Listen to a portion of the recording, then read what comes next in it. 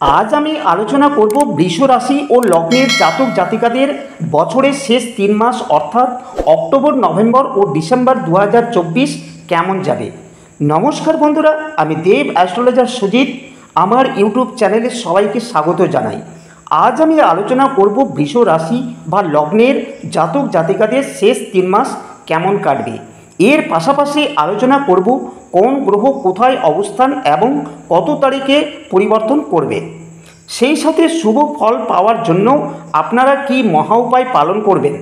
তবে মূল আলোচনায় যাওয়ার আগে আপনাদের কাছে আমার অনুরোধ, আমার চ্যানেলটিকে যদি সাবস্ক্রাইব না করে থাকেন তাহলে এখনই সাবস্ক্রাইব করুন এবং অল নোটিফিকেশন ক্লিক করে সঙ্গে থাকুন।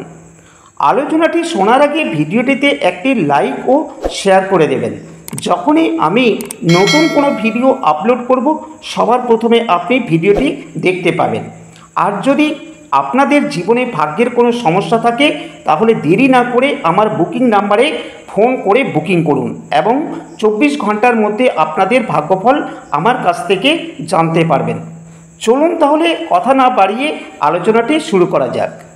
প্রথমে দেখে নেব বৃষ রাশির নবগ্রহের ছক ঠিক এই রকম থাকবে। প্রথমে বলবো এই 3 মাসে আপনাদের শরীর স্বাস্থ্য কেমন থাকবে। আমি যদি স্বাস্থ্য দেখতে চাই তাহলে শুক্রের অবস্থান প্রথমে দেখা উচিত। এই শুক্র 13ই অক্টোবর বৃশ্চিক রাশিতে প্রবেশ করবে। শুক্র তার নিজের রাশিতেই অবস্থান করছে এবং বিপরীত রাজযোগ তৈরি করেছে।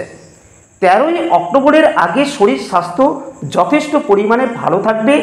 যদি আপনার কোনো ঋণ বা লোন করে থাকেন তাহলে শুক্র আপনাকে ঋণ বা লোন পরিশোধ করাবে। 13ই অক্টোবর থেকে 7ই নভেম্বর পর্যন্ত কেন্দ্র স্থানে অবস্থান করবে এবং নিজের ঘরেই দৃষ্টি থাকবে। এর ফলে আপনার কনফিডেন্স বাড়বে, আপনার মনের মধ্যে সাহস আসবে। যখন শুক্র 7ই নভেম্বর ধনুরাশি অর্থাৎ অষ্টম স্থানে প্রবেশ করবে এবং 2রা ডিসেম্বর পর্যন্ত সেই স্থানে বিরাজ করবে, যার ফলে শরীর স্বাস্থ্যের উপর, খাবার দাবারের উপর খেয়াল রাখতে হবে। এই সময় ওয়েদার পরিবর্তনের ফলে সর্দি, কাশি, জ্বর, মাথা ব্যথা হতে পারে। 2রা ডিসেম্বর মিত্রস্থান অর্থাৎ মকর রাশিতে প্রবেশ করবে, যার ফলে এই সময় শরীর স্বাস্থ্য খুব ভালো থাকবে। এবার বলবো যারা বিদ্যার্থী আছেন তাদের এই 3 মাস কেমন যাবে। আর পঞ্চম ভাব থেকে বিদ্যার শিক্ষাকে নির্দেশ করে। এই পঞ্চম ভাবের উপর বুধ অবস্থান করছে, যার ফলে অক্টোবর মাস পড়াশোনার জন্য ভালো সময় থাকছে। আবার পঞ্চম ভাবের উপর বৃহস্পতি দৃষ্টি রয়েছে, সেই ক্ষেত্রে পড়াশোনার জন্য কোনো চিন্তা থাকছে না। কিন্তু সব ভালো থাকার পরেও একটু চিন্তা থেকে যাচ্ছে, যার কারণ হলো বুধের সাথে কেতুর অবস্থান। যাই হোক, এই আলোচনাটি আমি কেতুর প্রতিকারে নিয়ে বলে দেব, যার ফলে আপনাদের কনফিউশন দূর হবে। আবার বুধ নভেম্বর মাসে বৃশ্চিক রাশিতে অবস্থান করবে। 20শে অক্টোবর থেকে 7ই নভেম্বর পর্যন্ত সময়ে পড়াশোনার প্রতি মনোযোগ রাখতে হবে। বুধের কোনো পরিবর্তন হচ্ছে না, শুধুমাত্র বুধের দৃষ্টি প্রথম ভাবের উপর থাকবে। 10ই নভেম্বরের পর থেকে পড়াশোনা ভালো হবে, কমিউনিকেশন স্কিল ভালো হবে। এবার প্রেম বিষয় নিয়ে আলোচনা করব। আর এই প্রেম বিচার করা হয় পঞ্চম ভাব থেকে। এই পঞ্চম ভাবের উপর বুধ ও কেতু একত্রে অবস্থান করছে, তার উপর রবির দৃষ্টি থাকছে। এর ফলে আপনার পার্টনারের রাগ, জেদ, ছোট ছোট বিষয় নিয়ে অধৈর্য হয়ে যাওয়া এবং আপনার মধ্যে সেইগুলো থাকবে। এমনকি যার সঙ্গে আপনি সম্পর্কের মধ্যে আছেন তার সাথেও এই ঘটনা ঘটবে। তবে 8 থেকে 10ই নভেম্বরের পর সম্পর্ক আবার ভালো জায়গায় চলে যাবে। এবারে বলবো কর্ম নিয়ে এই 3 মাস কেমন কাটবে। একাদশ ভাবে রাহু অবস্থান করছে, যার ফলে প্রফিট আসবে ইনকামের মধ্য দিয়ে। এর পাশাপাশি আরও এক্সট্রা ইনকামের রাস্তা বের হবে। একাদশভাবে রাহু থাকার ফলে শর্টকাটে ইনকাম আসবে, সেটা শেয়ার লটারির মাধ্যম হতে পারে। তবে মাঝে মাঝে চিন্তা হবে অর্থ ইনকামের জন্য। তবে কর্মের মাধ্যমে যথেষ্ট বেনিফিট আসবে। আর যারা ব্যবসা করেন তাদের ব্যবসাও খুব ভালো হবে। এবারে আলোচনা করব বৈবাহিক জীবন কেমন থাকবে। আমরা সপ্তম ভাব থেকে বিবাহ বিচার করে থাকি। সপ্তম ভাবের অধিপতি গ্রহ দ্বিতীয় ভাবে অবস্থান করছে 20শে অক্টোবর। এই সময় মঙ্গল পুরো ডিসেম্বর মাস কর্কট রাশিতে অবস্থান করবে, যার ফলস্বরূপ এই সময় বৈবাহিক জীবনের উপর আপনাদের খেয়াল রাখতে হবে। আমরা জন্মকুণ্ডলিতে তৃতীয় ভাবকে অশুভ ভাব বলে থাকি। এখানে মঙ্গল নিচস্থ হয়ে যায়। 20শে অক্টোবরের আগে বৈবাহিক জীবন ভালো থাকবে।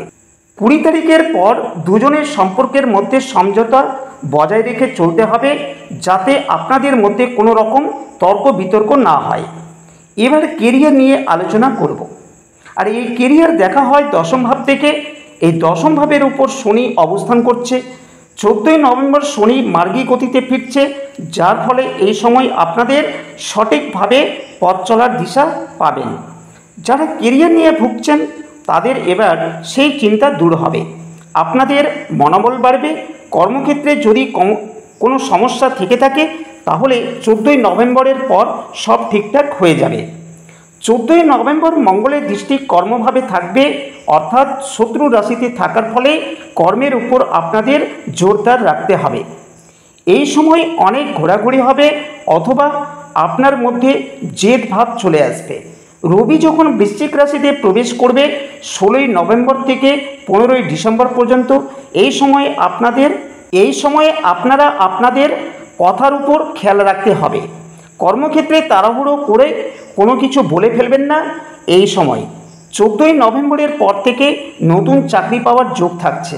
আর যারা চাকরি করছেন তাদের ক্ষেত্রে প্রমোশন চাইলে প্রমোশন নিতে পারেন। বৃহস্পতি প্রথম ভাবের উপর অবস্থান করার ফলে আপনি যেই ভুল করুন না কেন আপনাকে বাঁচিয়ে দেবে এবং আপনার ভাগ্যকে যথেষ্ট পরিমাণে ভালো করবে। তার সাথে নাম যশ প্রতিষ্ঠা আপনাকে সাহায্য করবে এবং সমাজে ভালো পজিশন পাবেন।